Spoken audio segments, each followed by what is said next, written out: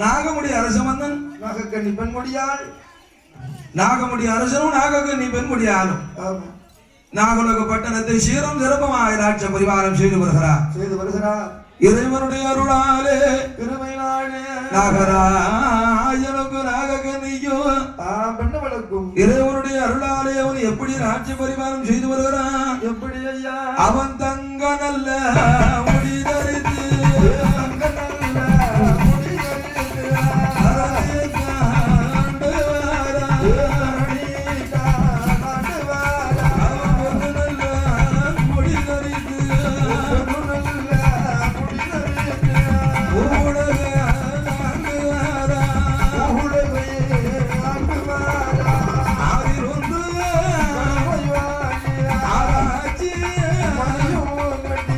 You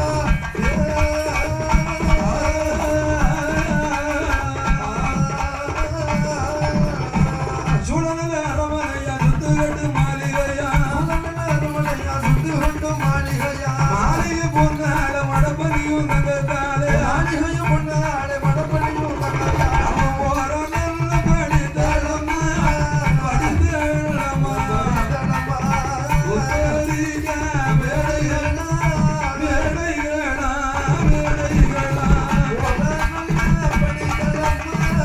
படித்தளமா படித்தளமா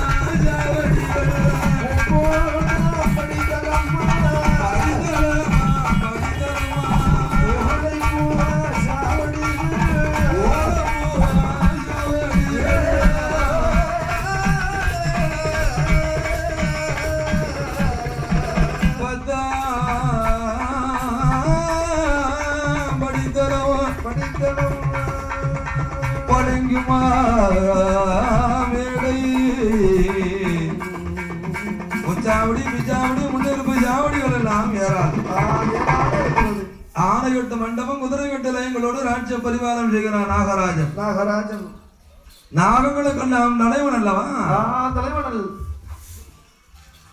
அந்த நாகமுடி அரச மன்னனாய்ப்பட்டவன் எல்லா வளமோடு சீரோடு சிறப்போடு இருந்த போதிலும் செல்வத்தோடு ராஜ்ய பரிபாலம் செய்து வருகிறான்.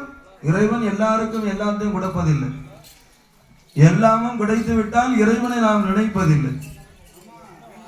இறைவன் ஏதாவது ஒரு குறை கண்டிப்பா வச்சிருப்பான். கண்டிப்பாக அது மன்னனா இருந்தாலும் சரி, மக்களா இருந்தாலும் சரி, கடைக்கோடி தொண்டனா இருந்தாலும் சரி, குறை இல்லாத மனிதன் உலகில் காண முடியாது. கிடையாது. குறை இல்லையானால் அவன் மனிதனும் இல்லை.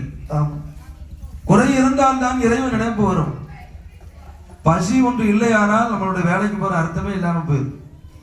ஒரு ஜான் வயிறு இறைவன் கொடுக்கல, நம்மளை கையில பிடிக்கவே முடியாது.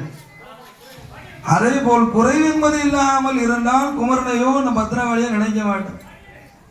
அப்படியானால் அரசாலும் எந்த நாகமுடி அரச மன்னனுக்கு சொத்திருக்கு, சுகம் இருக்கு, மாட மாளிகை கூட கோபுரங்கள் எல்லாம் ஏராளமா இருந்தாலும் அவனுக்கு ஒரு குறை இருக்கிறது. என்ன குறை ஐயா? என்ன குறை இருக்கிறது? நாகராஜனுக்கும் நாகக்கண்ணிக்கும் ஒரு குறை இருக்கு. என்ன குறை? மலையிட்ட நான் முதல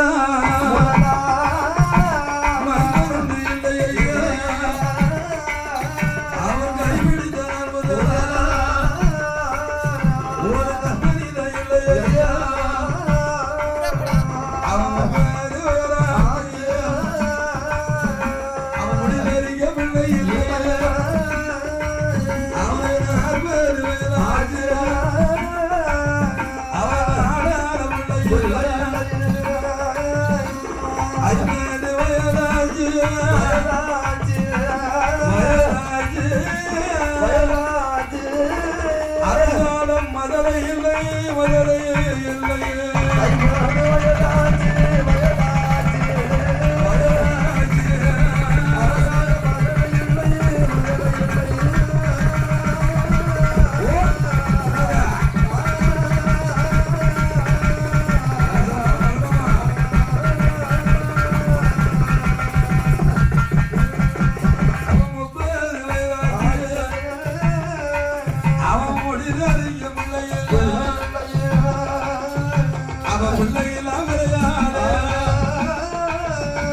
வாழ்ந்து வர நாகராஜன் அவன் தன்னுடைய நாடதில மக்கள் குறை தீர்ப்பதற்கு மாநிலமெல்லாம் சுத்தி பார்த்து அரமனைக்கு வர வேலை அந்த வீட்டில் அமர்ந்திருந்தாலே குடக்கொடியா நாகக்கண்ணி அவன் வாடாத திருமுகத்தான் அவன் வாடி அங்கு இருப்பதென்று ஒரு நாளும் இல்லாத அங்கு திருநாள இருக்குதம்மா அவன் முகமாடி மனவாடி மனவாடி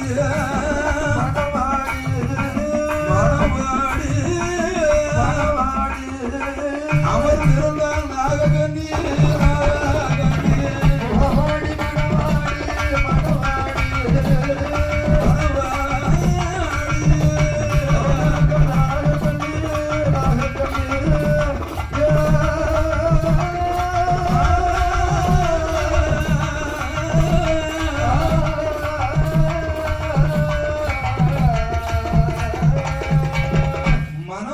முகம் வாடி அமர்ந்திருக்கிறார்.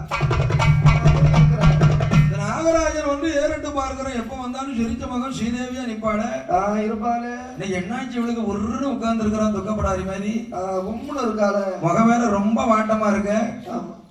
அகத்தின் அழகு முகத்தில் தெரியும்னு முன்னோர்கள் பெரியவா சொல்லி வச்சிருக்கா தெரியுங்களா? அந்த அம்மா உள்ள சிரிச்சிட்டு இருக்காங்க பத்தியெல்லாம் அம்பாள் ரூபமா அம்மாவே சிரிச்சிட்டு இருக்க. அகத்தின் அழகு முகத்தில் தெரியும். உள்ள என்ன இருக்கு என்ன செய்யும் முகம் காட்டி முடிச்சிடும். ஆமா. மற்றவர்களை பிள்ளைகளை பெற்றவர்களை உற்றார் உறவுகளை நேசிக்கும் பொழுது சொல்லும் வார்த்தை வாயிலிருந்து வருகிறதா இல்ல உள்ளத்திலிருந்து வருகிறதா என்பதை முகம் காட்டி கொடுத்துரும். சும்மா வாய் வார்த்தைக்கு பேசிட்டு பின்னால போய் புறம் பேசுறதை விட சொல்லும் அன்பு உள்ளத்திலிருந்து வந்துச்சுன்னு வைங்களேன், அது கருணை, அது மாறவே மாறாது. இந்த நாகமுடி அரசு மன்னன் மனைவி மேலே அலாதி அன்பு கொண்டவன். இந்த உலகத்தில் பெற்றெடுத்த தாயும் தந்தையும் முதல் தெய்வம். எங்கோ பிறந்து எங்கோ வளர்ந்து உற்றார் உறவுகள் தாய் தந்தையர்கள் குலதெய்வங்கள் அத்தனையும் விட்டுட்டு கணவனே கண்கண்ட தெய்வம் என்று வருகிறாளே நம்ம வீட்டில் வாழ வந்த பெண், அவதான் இந்த உலகத்துல குலதெய்வம். அந்த குலதெய்வத்தை குறையில்லாம பார்த்தாலே போதும், மற்ற எல்லா குறையும் தன்னால நீங்கிரும். பெற்றவர்களையும் நம்பி வந்த மனைவியையும் ஒழுங்கா ரெண்டு பேரையும் சேகரிச்சு பார்த்துட்டாலே குடும்பம் எங்க போயிரும், ஆனந்தமா சந்தோஷமா ஆயிரும். தாய் தந்தை தெய்வம் ஆனால் மனைவி குலதெய்வம். இந்த நாகராஜன் மனைவியை தெய்வமாவே நினைக்கக்கூடியவன். ஒன்னே ஒன்று சொல்லுது கேட்டுக்காங்க, வாழ்க்கையில ஜெயிக்கணும்னு ஆசைப்பட்டீங்கன்னா மனைவிட்ட தோத்துருங்க, மனைவிட்ட சண்டை போடாதீங்க. ஏன்னா மனைவியினுடைய ஒரே நோக்கம் கணவனை வாழ வைப்பது மட்டும்தான். அதனால அவட்ட நீங்க தோத்துட்டீங்கன்னா வாழ்க்கையில உங்களை ஜெயிக்க வச்சிருவான். இப்படி போய் அப்படியே இப்படி வில் பூட்டிக்கிட்டு நிற்க வேண்டாம்.